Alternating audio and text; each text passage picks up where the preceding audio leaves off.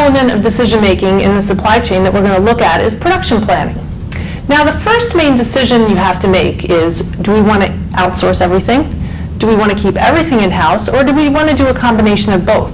So let's look at some of the differences between these two things. So first, we're going to look at control. Well, if we have everything in-house, we have control over it. When you outsource things, you tend to lose a little bit of that control. You lose a little bit of control of when things are produced, even though you might be under contract. When things are produced, the quality of them, maybe you want to station somebody at that plant. So you lose a little bit of that control that you have when you're doing everything in-house. Cost. The cost typically would be cheaper to do it in-house versus outsourcing because they have to make money too, right? So you figure that the cost is typically cheaper if you keep stuff in-house. However, if you need to do a lot of modifications, maybe that cost is going to be significant. And that leads into the next topic, which is risk. So there's risk. So if you have maybe a new product and it's going to cost you money to develop your production machinery for this new product, so you want to outsource it, and then you're not really running into that risk in case that product doesn't take off, right? So you're going to outsource it and let somebody else take some of that, absorb some of that risk. And then time. So if you're trying to get a product to market and you do need to purchase new equipment or you need to train new people, well, if you outsource it, then odds are it can get done a lot quicker. Right, but there's other issues. So with outsourcing, you're kind of maybe giving away some of your design secrets. Even though maybe they might be bound by contract or other legal issues, you might be giving stuff away. Or maybe when you're outsourcing it and your customers know, you're losing some of your brand identity. So there's other issues that, taxes, tariffs, depending on where these outsourcing companies are, that you have to consider before you decide whether you want to do things in-house or outsource. So let's say that we have determined that we're going to produce at least some of our finished goods in-house. So now we have to go through the process of building our production plant. Well, there's a lot of decisions that go into that. One of them is, what level of automation should we have? Do you want to have a fully automated plant? Can you actually even have a fully automated plant? Not every product lends itself to full automation. And typically you think about full automation as the upfront cost as being much more expensive than, say, a fully manual plant. Right? But maybe it's worth it in the long run for you to do that.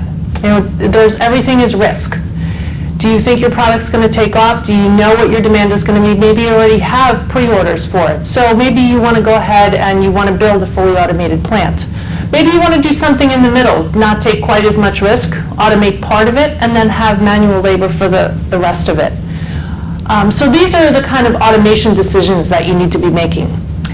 Then we also have to talk about flexibility, and it goes hand in hand with the automation, because if you want to be flexible, so flexibility is a little bit difficult to quantify, but flexibility means that I'm able to, with minimal effort, I'm able to produce different parts on, we'll say, the same assembly line.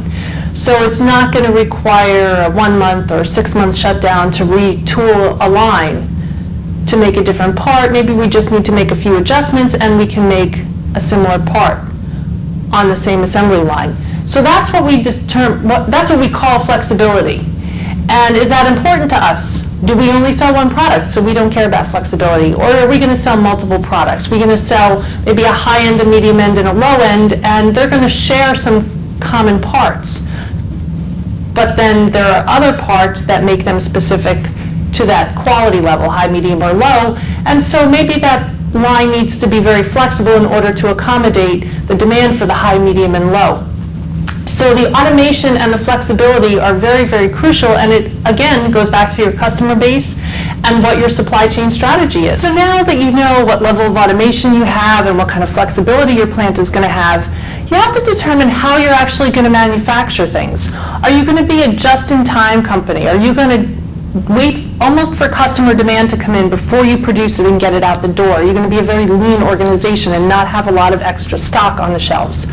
Or are you going to be more of a traditional organization where we used to forecast demand and we'd produce to that forecast and then we would put stuff in a warehouse and just let it sit and wait for the demand to happen? Well, all these things depend on what what your customer base is. It's all going to go back to your responsiveness. How responsive do you want to be?